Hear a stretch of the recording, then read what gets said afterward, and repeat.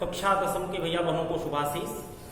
प्रिय भैया बहनों, हम सब धनुष भंग प्रकरण के अंतर्गत गोस्वामी जी की जो दोहा और चौपाई छंद है उसका भावार्थ समझ रहे हैं। कल का प्रकरण जो था उसमें बताया गया कि सीता जी की माता को श्री राम की कोमलता और उनके बालपन पर बड़ा संदेह है और वह शंकित है कि जब बड़े बड़े शूरमा इस धनुष को भंग नहीं कर पाए तो ये बालक भला इसको कैसे तोड़ेगा। तो वह अपने मन की क्षुब्धता को अपने सखियों से कह रही हैं। तो उसमें से एक बुद्धिमान सखी है जो उन्हें समझा रही है कि हे देवी, छोटे व्यक्ति को अगर वह तेजवान है तो छोटा होने पर भी उसे छोटा नहीं समझना चाहिए। इसके बाद उसने कहा कि वह मंत्र, कल मैंने मंत्र तो बताया लेकिन मंत्र कौन सा था इसकी चर्चा नहीं किया, कि मंत्र परम लघुजास बस विधि हरिहर सुर सर्व महामत्त गजराज कौं बस कर अंकुश खर।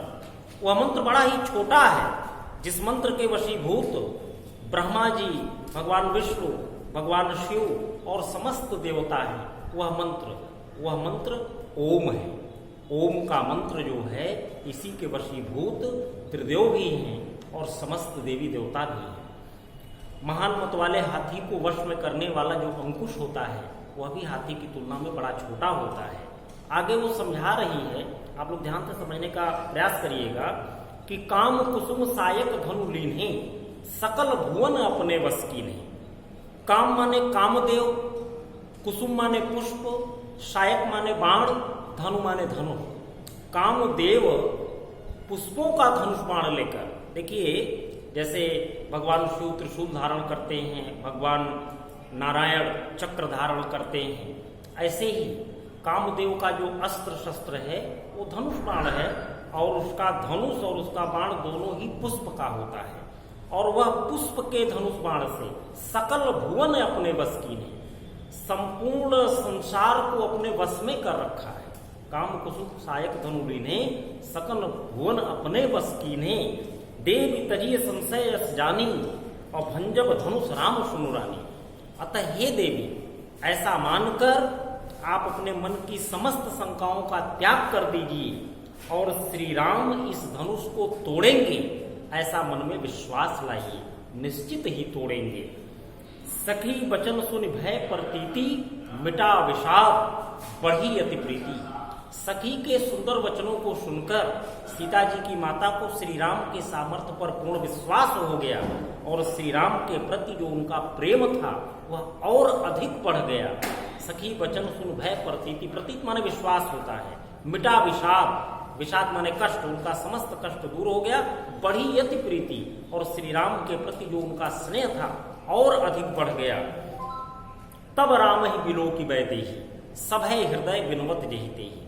इधर तब सीता जी ने तब तक श्री राम की ओर देखा। सभय हृदय, सभय माने भय के साथ, भयभीत हृदय से, विनवत जहिते ही, जिस तिस देवता का निवेदन कर रही हैं, विनय कर रही हैं, विनती कर रही हैं।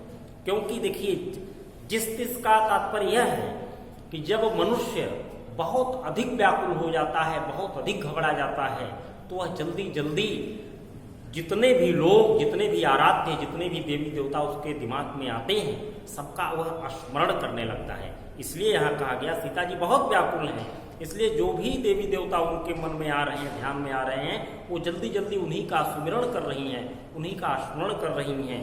और क्या कह रही हैं स्मरण करते हुए, मन ही मन मनाव अकुलानी हो प्रसन्न महेश भवानी। वह बड़ी ही व्याकुलता से मन ही मन मनाव अकुलानी, अकुलानी माने व्याकुलता के साथ मन के अंदर ही वह किसको मना रही हैं, हो प्रसन्न महेश भवानी। वह भगवान शिव को और भवानी जी को मना रही हैं कि आप दोनों मेरे ऊपर जल्दी प्रसन्न होइए और प्रसन्न होने के बाद क्या करिए, करहु सफल आपन सेवकाई कर हित हरहु चाप गरुआई।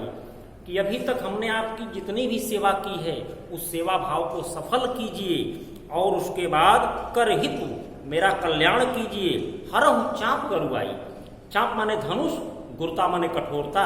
इस धनुष की कठोरता को हर लीजिए और इसे हल्का बना दीजिए। गणनायक परदायक देवा, आज लगे कि नहीं हो तुम सेवा। गणनायक माने गणों के नायक। गणों के नायक कौन है? गणेश जी हैं। हे गणों के नायक गणेश जी, वरदायक, वर देने वाले देवता, आज लगे कि नहीं हो तुम सेवा। अभी तक हमने आपकी जितनी भी सेवा की थी वह आज ही के दिन के लिए की थी। अब वह अवसर आ गया है कि उस सेवा को आप सफल बनाइए और मेरी मनोकामना पूर्ण करिए। बार बार विनती सुन मोरी, करम चाप गुरता आति थोरी। मैं बार बार आपसे यही निवेदन कर रही हूँ, आप मेरे निवेदन को स्वीकार कीजिए और इस धनुष के भारीपन को अत्यंत कम कर दीजिए। इसके बाद कहती हैं, देखी देखी, इसके बाद सीता जी फिर प्रभु श्री राम की ओर देख रही हैं। देखी देखी रघुवीर तन, सुर मनाव धरि धीर। भगवान श्री राम के श्याम शरीर को देखकर, श्याम और सुंदर शरीर को बार बार देखकर सुर मनाव धरि धीर, बड़े ही धैर्य के साथ, सुर माने देवता, देवताओं को मना रही हैं। भरे विलोचन प्रेम जल, कुल कावली शरीर। इस समय सीता जी के नेत्रों में प्रेम जल, प्रेमाश्रु भरे हुए हैं और पुल कावली शरीर, और उनकी शरीर पुलकित हो रही है, रोमांचित हो रही है। प्रिय भैया बहनों, आज हम सब इतना ही समझेंगे। शब्दार्थ मैंने रोज की तरह लिखा है, उसको आप लोग कॉपी में नोट करके याद कर लेंगे। भावार्थ मैंने बता दिया, उसको भी आप कॉपी में नोट कर लेंगे, तैयार कर लेंगे। काव्य का सौंदर्य, भाषा अवधि, रस श्रृंगार, गुण माधुर्य, छंद दोहा और चौपाई, अलंकार, अनुप्रास एवं रूपति प्रकाश, कल हम सब इसके आगे पढ़ेंगे। धन्यवाद।